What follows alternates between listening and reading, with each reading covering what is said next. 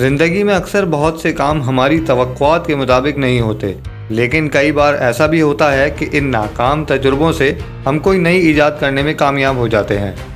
Microwave से ice cream cons तक कुछ ऐसी हादसाती ईजादात हैं जिन्होंने हमारी ज़िंदगी तब्दील करके रख दी है। क्या आप ये हादसाती ईजादात सुनने के लिए तैयार हैं? तो हमारे चैनल को सब्सक्राइब करें ताकि नई आने वाली मज़ीद इंटरेस्टिंग वीडियोस आप तक टाइमली पहुंच सकें। तो शुरू करते हैं नंबर 1 से। माचिस।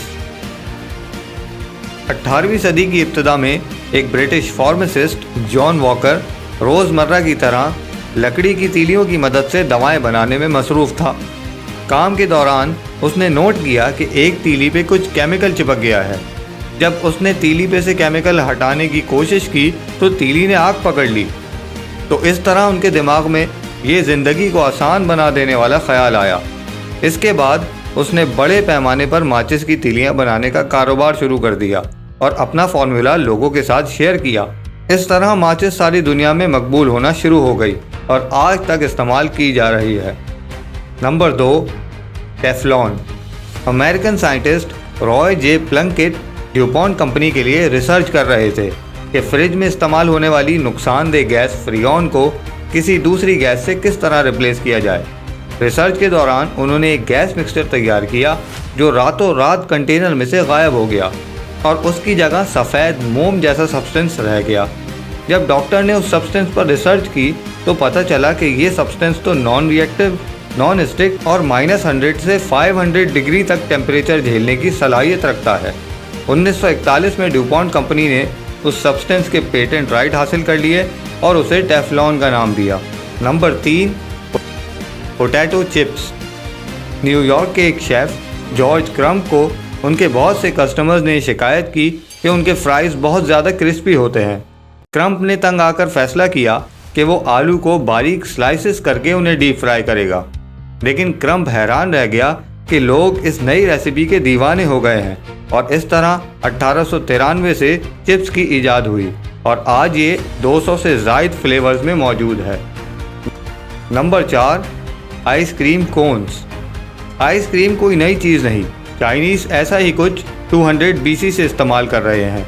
लेकिन आइसक्रीम कोन हादसाती तौर पर 1904 में सेंट लुइस में वजूद में आया, जहां मेले में आइसक्रीम बूथ पे इतना रश हुआ कि आइसक्रीम बाउल्स ही ख़त्म हो गए, जिसके बाइस लोगों ने पड़ोस वाले बूथ का रुख कर लिया जहां अर्नेस्ट हेनली पर्शियन वेफल्स बना रहा था।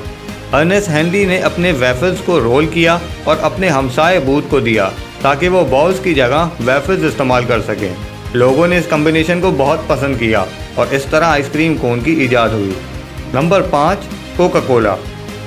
जॉन पेम्बरटन कोई बिजनेसमैन नहीं था, वो एक आम फार्मासिस्ट था जो सर दर्द की दवा बनाने में मसरूफ़ था। उसने एक दवा तैयार की जो 2 अज्जा पर मुश्तमिल थी, एक कोको लीव्स और दूसरा कोला नट्स। जॉन इस सिरप में पानी मिलाना चाहता था, लेकिन गलती से उसने सोडा मिक्स कर दिया, जिसके बाद 1886 में कोका कोला मार्केट में आई। Number 6, plastic. प्लास्टिक से पहले शेलैक का इस्तेमाल किया जाता था, जिसको 20वीं सदी में प्लास्टिक का मुतबादिल समझा जाता था। लेकिन इसका बड़ा मसला था इसकी कीमत, क्योंकि इसे साउथ ईस्ट एशिया से इंपोर्ट करके तैयार किया जाता था। इसलिए केमिस्ट लियो हेनरिक बेकेलैंड शेलैक के सस्ते मुतबादिल की तलाश में लग गया। अपने एक्सपेरिमेंट के दौरान उन्होंने कुछ ऐसा तैयार किया जो शेलैक से भी ज़्यादा कारआमद था, और ये था प्लास्टिक। Number 7, vulcanised rubber. नौजवान साइंसदान चार्ल्स गुडियर रबर की क्वालिटी को बेहतर बनाने के लिए एक्सपेरिमेंट कर रहा था, जो कि 19वीं सदी में इतनी अच्छी नहीं हुआ करती थी। गुडियर ने एक्सपेरिमेंट के दौरान रबर में नमक, मिर्च, चीनी, मिट्टी, कैस्टर ऑयल और सूप का भी इस्तेमाल किया। सुनने में तो ऐसा लगता है कि वो दोपहर का खाना तैयार कर रहा था, लेकिन कोई कामयाबी हासिल नहीं हुई। एक दिन उसने रबर में मैग्नीशिया, लाइम और नाइट्रिक एसिड भी शामिल किया, लेकिन दोबारा नाकामी हुई। लेकिन जब उसने रबर में सल्फ़र डाला और वो गलती से ज़मीन पर गिर गया तो उसने काम दिखाया, और अब ये वल्केनाइज्ड रबर बास्केटबॉल से टायर्स तक बनाने के लिए इस्तेमाल किया जाता है। Number 8, X-rays. विल्हेम रोइंटन ने अनजाने में अपने हाथ इलेक्ट्रॉनिक बीम के आगे रखा और देखा कि फोटोग्राफिक प्लेट पे उनके हाथ की तस्वीर बन गई।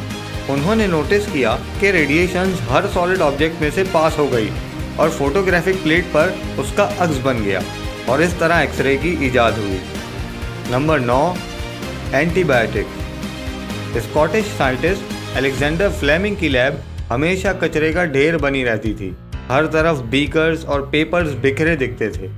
एक दिन साइंटिस्ट को स्टेफिलोकोकाई बैक्टीरिया की पेट्री डिश में फफूंदी लगी दिखी। डॉक्टर ने ऑब्जर्व किया कि फंगस ने डिश में एक शील्ड बना दी और बैक्टीरिया को मारना शुरू कर दिया। फ्लेमिंग ने उस फंगस पे रिसर्च शुरू कर दी, जिसकी वजह से उन्हें 1945 में नोबेल प्राइज से नवाजा गया। तो आपको कौन सी एक्सीडेंटल इन्वेंशन सबसे अच्छी लगी, हमें कमेंट सेक्शन में ज़रूर बताएं और चैनल को सब्सक्राइब करना ना भूलें। आप देख रहे हैं उर्दू जीनियस।